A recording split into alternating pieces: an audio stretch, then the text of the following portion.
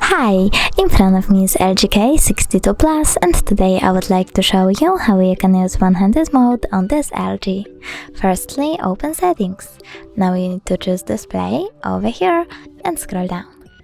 Then tap on one-handed screen over here and tap on the switcher to activate it. After that, follow the instructions. To bring down the screen, drag the left-right edge to the middle and hold. So now when I do that, I can see that one-handed mode is turned on. If you wish to go back, just click on this area over here. If you want to turn off one-handed mode completely, just tap on the switcher. Thanks so much for watching. If you enjoyed this video, don't forget to leave a like, comment and subscribe. Bye!